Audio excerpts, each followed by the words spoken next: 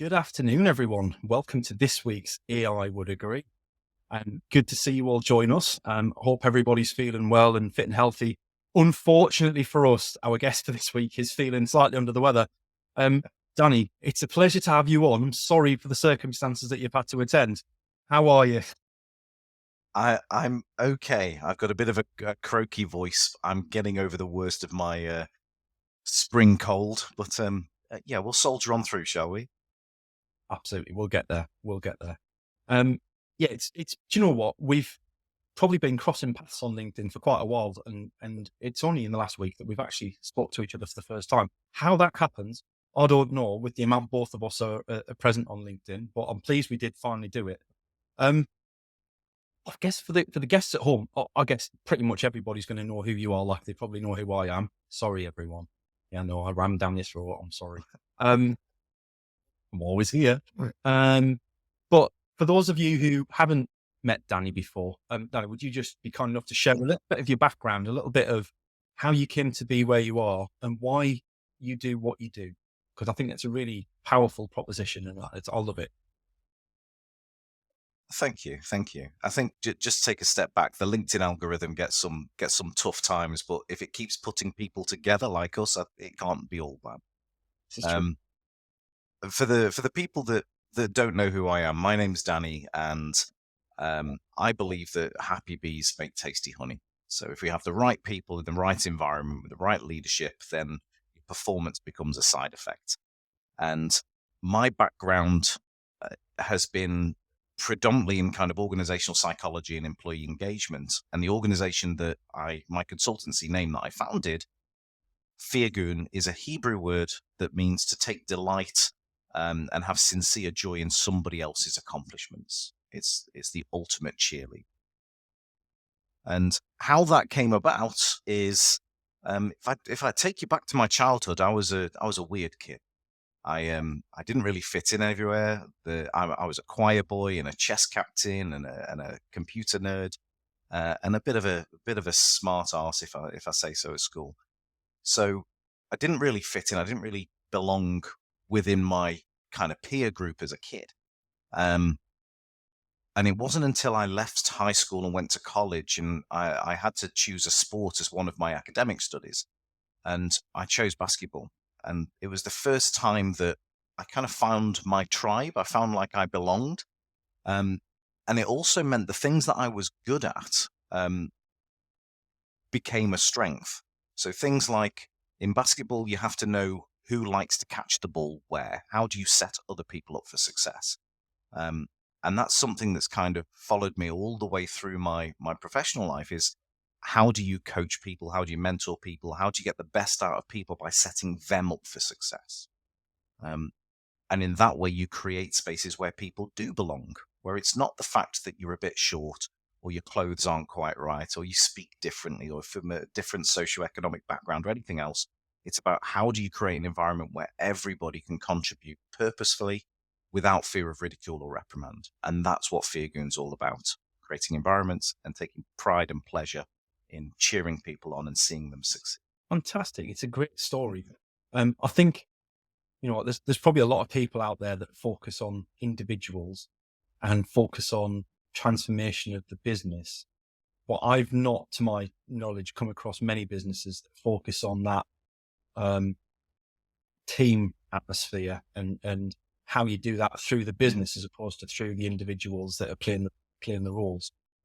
I guess for me, it feels like it's very aligned to you as a person. When you said you're a bit of a geek at school, yeah. There's a reason why you and me get on. Yeah, very very much very similar. I'm still a geek and a nerd. Now I don't fit Yeah. in now anyway. So like as So people am who I. heard me try and crack a joke can attest. Jimmy Horsang says, "Be funny on LinkedIn. It'll get your followers, Paul." Yeah, not my sense of humor, Jimmy. No, it doesn't work. And even if I copy other people's No. sense of humor, it just comes across as false. So I just do me, and I'm just weird. That's just life. Um, I guess Yeah. you've obviously followed your passion to get where you are. Um, how did you figure out that that's what you wanted to do? What kind of led you down that route? Because it's not a traditional route, right? It's not, and it's a really good question because the way I explain it, I was asked, I was doing some leadership coaching with a couple of small business owners, and they said, "Why don't you do this for yourself? Why don't you just become a kind of leadership coach?" And my initial thoughts were, there's a lot of leadership coaches out there, and there's some fantastic people, and I might be able to add some value. But actually, the things that really get me out of bed are not looking after the individual plants; it's managing the entire farm. How do you create the environment that allows the plants to flourish? And that fits much more authentically with what I'm about, and that's why I love what I do. Um, and I I had a message through LinkedIn recently that said, I've seen the services you offer, and I offer complementary services. We're not competitors."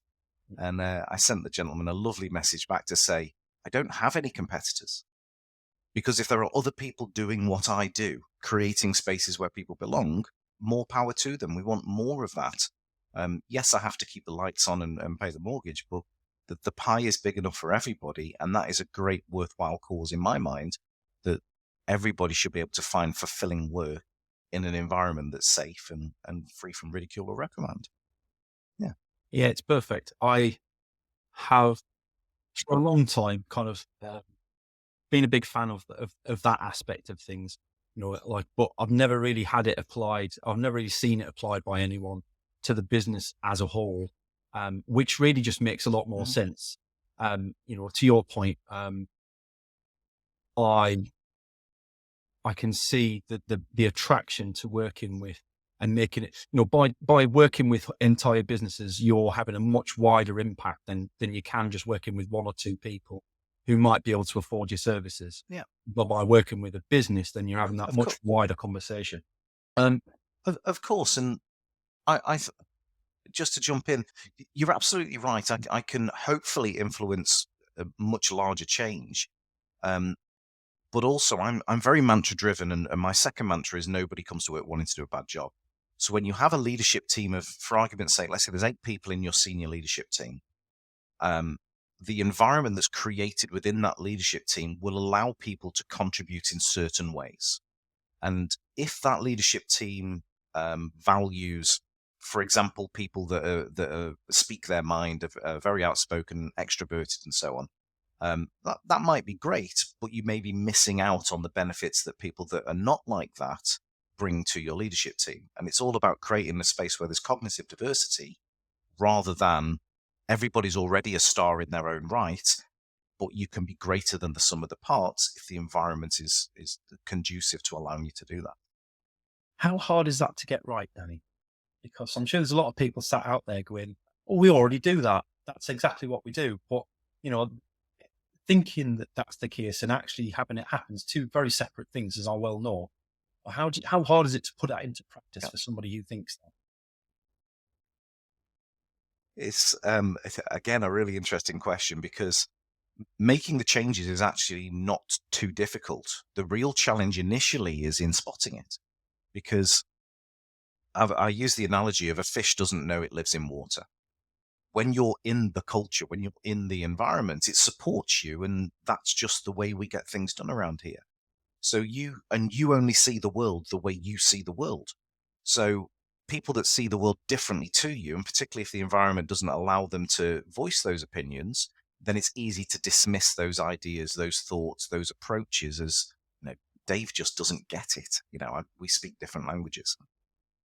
Yes, you do. And you can either see that as a source of friction and something to be kind of batted down, or you can see that friction as a source of creativity, um, and kind of unleash more of the benefit of that. But having the environment to do that, having the environment where people can put their head above the parapet, having the environment that, more importantly, supports what you're trying to achieve as an organization, and aligning the approaches, the behaviors, the artifacts, the support systems, etc. That's where the real power in culture lies. So to answer your question, how hard is it to change? There are little things that you can do that can nudge these things, but identifying it in the first place and realizing, holding a mirror up to yourself and realizing that you might be part of the reason the wind is blowing against you rather than with you, That is the more challenging issue. That's interesting. That must make it really hard for you to find work, Danny, because you're almost going in as the person telling them that they're wrong, right? For you to be able to do your job, you've got to get them to admit that what they're doing doesn't work, which I can imagine is a really tough sell to people. It could be, you know, nobody wants to be told their baby's ugly, but actually that's not my approach at all. So when people think of culture, they tend to think of a good culture or a toxic culture. And actually that's not the case. There's no real such thing in my mind as a toxic culture or a good or bad culture, which I know is a controversial statement in its own right. Culture is a tool that helps you achieve specific goals. So either the tool works or it doesn't. Okay. So in that sense, there can be organizations that hit their KPIs, return to shareholders, and do really great things that could still benefit from a little bit of cultural nurturing, rather than just pointing out the warts on their business. For cultures that are perceived to be terrible or toxic, what they really mean is what the company says they're about and what they actually are about, and therefore what they're asking you to do. There's a big delta, there's a big differential an incongruence between them. So what happens is your individual values, I expect to be treated this way, or I signed up for this, you're being asked to operate in a way that is outside of those values. And that's where toxicity comes in. A toxic environment is toxic for everybody all the time. And that's not true of toxic cultures, because some people really thrive in them. What you really mean is you don't fit in that because your values are being contravened. So again, to come back to the point, my work is not to go in and go, you're doing that wrong, you're doing that wrong, you're doing that wrong, because that would be a terrible sales and just a terrible experience all around. What we really want to do is see, what do you need in the future to be successful? Let's have a look through your organization and see what's already supporting that today. And also at the same time, what things might be getting in your way. And it may be simple things. It may be, it may be a tolerance of behaviors. It may be the way that you communicate. It may be what you do versus your well-being strategy of what's actually implemented. My role is to get what you say you're about and what you actually do as close as possible. So therefore, your culture supports your business. It matches your business. Yeah, absolutely. I think that's a really fascinating. There's a really valid point in the middle of all that. In that, I think you're absolutely right, and especially it's probably exaggerated through social media and especially LinkedIn. Is businesses are branded by whoever as either being fantastic or abysmal, and never the twain shall meet. When in actual fact, most businesses are somewhere on that sliding scale. Without doubt, there's businesses at one end and the other end, and there are majority of businesses are somewhere on that sliding scales, and it's just about kind of shifting that scale in their favor. You know, if I look at retail particularly, I worked in discount retail for 15 years. And when I took new cashiers on, new staff members on, the very first thing I did in their interview was spend 10 minutes telling them how brutal the job was, because I did not want them to take the job on and be surprised when they tipped up on day one and it was brutal, because it's a brutal job. That doesn't make it necessarily a bad job. It's just hard. You've got to be prepared for it. It's not for everyone. It's very much sink or swim. And if the culture of that organization was aligned to what the reality of the work was, you wouldn't have had to have that conversation, because what the company says it's about and what it's really about, they would be closer aligned. And even the idea of a good and bad company or good or bad business is the perception of that company, which is subjective to every individual. Yeah. So people will look at places like Twitter, for example. Twitter's getting a bit of a hard time over the last few months because of Elon Musk's publicly saying, this is what I expect from my people. They're going to sleep in the office. They're going to pay for the pound of flesh. Observers of that are saying that's a toxic culture. That's horrendous. He's just going to burn out his employees. But the reality is that he's being very open and honest and authentic about what is expected to work here at Twitter. This is how we get things done. So you now have the ability to say, if that attracts you, I will go to that organization and work in that way. If it attracts you, then it's no longer toxic. It's no longer. The question is, does that approach that Elon's doing support the organizational strategy? And I would argue that sacking people, creating a culture of fear, creating this kind of work hard, party hard in an organization that clearly requires innovation, that's not the right cultural match for that particular organizational strategy. And that's really what it's about. Does the tool do the job you want? It's not about beanbag furniture or, making people sleep in the office because you want 18, 19-hour days out of them. It's about, what are we trying to achieve? How do we get the right tool for that job? Wonder if something that kind of gets in the way of that happening a lot of the time is people's ability to measure the things that matter. If you're going around measuring the wrong things, you'll get the wrong results. But sometimes it's quite hard to measure things coming out of culture, especially, that are aligned. And I guess that's why, folks like yourself who come in with an outside perspective, you find that particularly easy to kind of point out to them, do you know what, the reason this is happening is because you're measuring that, and that's driving these sorts of behaviors. Is that fair? Yeah, that's pretty fair. A fish doesn't know it lives in water. So nobody comes to work wanting to do a bad job. So sometimes we will set up processes, policies, targeting systems, and our measurements of what's acceptable and not will be based on that. And we think we're doing the right thing. Nobody set those targets up or those processes up to cause a business to be a rough place to work. They're doing it with the best of intentions.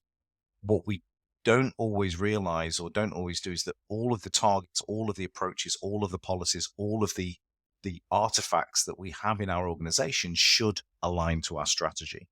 And what happens is there's a phenomenon called strategic drift, where our strategy and what we do slowly get further and further apart as the market changes and we don't evolve with it. And eventually that delta gets so big, you have to have a massive transformation program to get you back to kilter. And that's really jarring and horrible.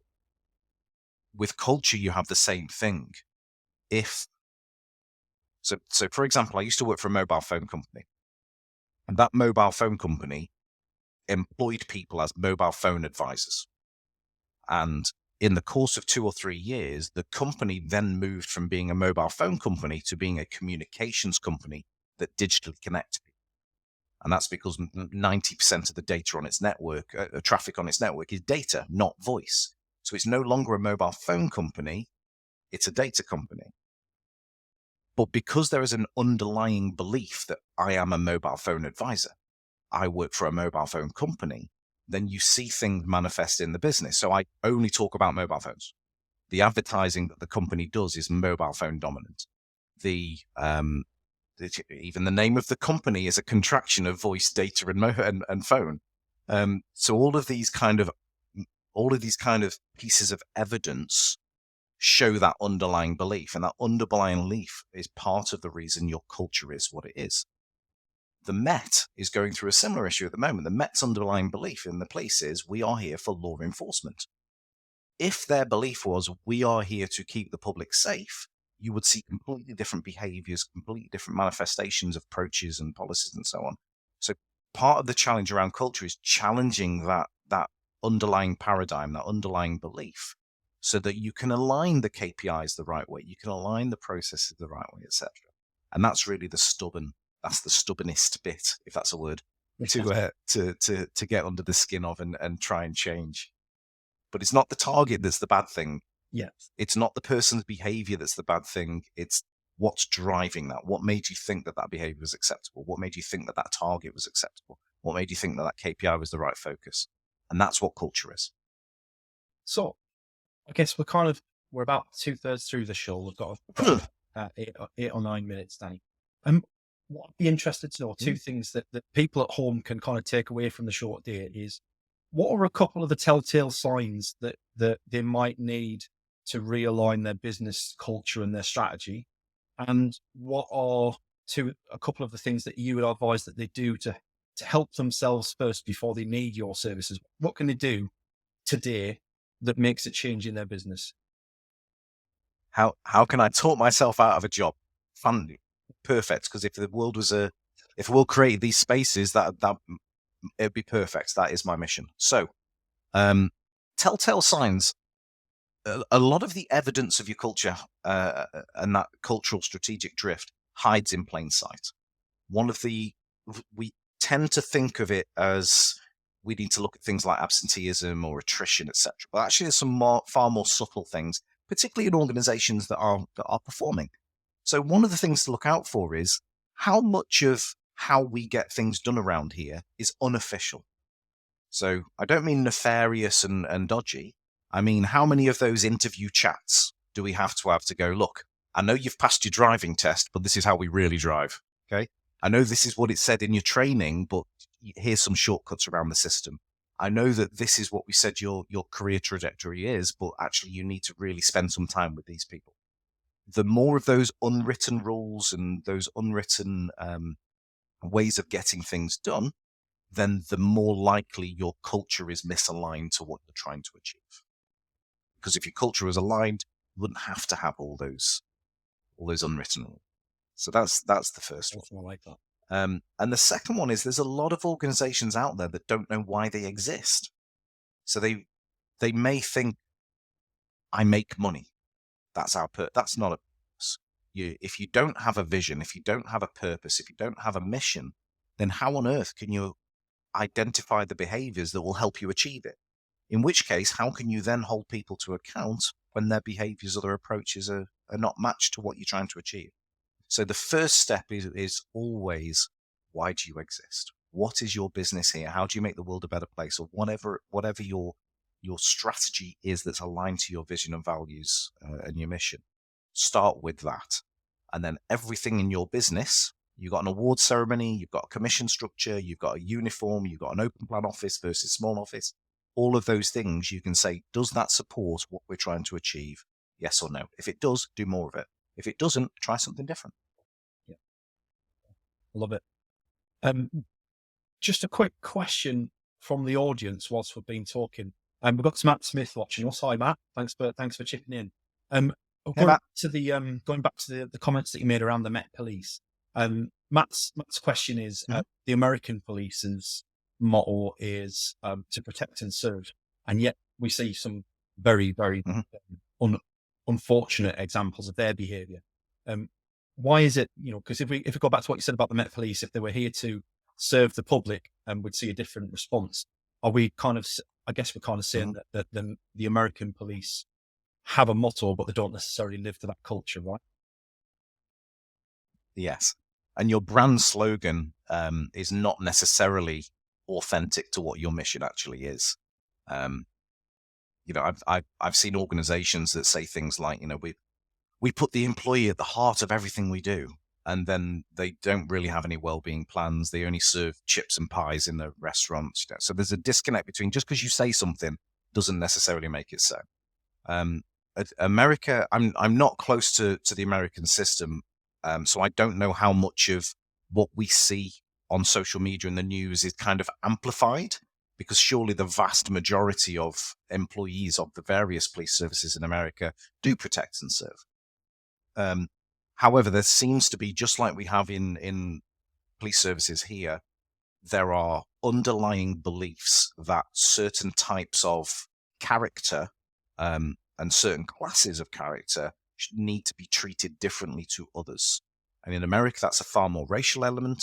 In the UK, I would say it's a lower class element, although there's clearly racial elements as well. But the underlying belief is these people need to be treated differently. Okay, so therefore, that justifies what overtly and outwardly looks like discrimination isn't discrimination in the culture, because that's just how we get things done around here. These particular people create more crime, so therefore we should stop and search them more. And it becomes a self-fulfilling, self-perpetuating model. And I'm sure that's very similar in the States, because people are people. Culture is not unique to just to ourselves or just to organizations. Yeah, interesting. Thank you, Matt. Yeah, thanks for your question, Matt. Really appreciate that. So I guess we're gonna wrap up in a couple of minutes. Danny, it's been a genuine pleasure to have you on the show. Very, very different outlook and view to a lot of the conversations that we normally have. Really appreciate you making the show, even though you're not at 100%. Hopefully next time we speak, you'll be much more yourself. Yeah, you don't need to lay it on thick. Well, hopefully I've not You my waffled on. 5-year-old. Yeah, I've not waffled on too much. I've been. Hopefully, most of what I've said has made some sort of semblance of sense. And this time has flown by. So thank you, Paul. It's been a pleasure. I'll cut it up and add some words in, Danny. It'll all be good in the end. Don't worry about it.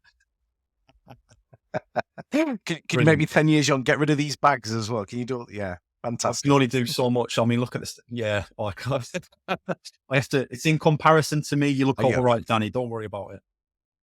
Brilliant. Thanks very much, everyone. I look like Tony Stark's fat cousin. I love it. Yeah, you're laughing a little bit too hard at that. You don't get compared to Mr. Gru. So we all have our burden to bear, Danny. We all have our burden. I think I'd rather be compared to Tony Stark than Mr. Gru. But, my 5-year-old insists I am Mr. Gru. So that's how it is. Ladies and gentlemen watching at home, we're going to take a break for a couple of weeks. It's Easter. So we're going to take a couple of weeks away from the live events. What I actually think is going to happen when I come back is we're going to move away from live events, and don't everybody cry at once. Reason being is I'm not particularly happy with the live stream platforms. I don't think you guys are getting great quality video coming back from it. My broadband's terrible for a start. So I think coming into the next series that we're going to release in April, I'm going to start recording and almost doing it more like a podcast style, which should also resolve a lot of the issues for my guests trying to find time at 3 p.m. every Thursday to come along, and which is becoming harder and harder as we go through the year. So watch this space. I'll announce some updates over the next week or two whilst I'm on holiday. I'll get wrong off my missus. And I hope you all have a fantastic Easter if you observe it. And we'll see you soon. Thanks very much. And thank you again, Danny. Thanks for coming along.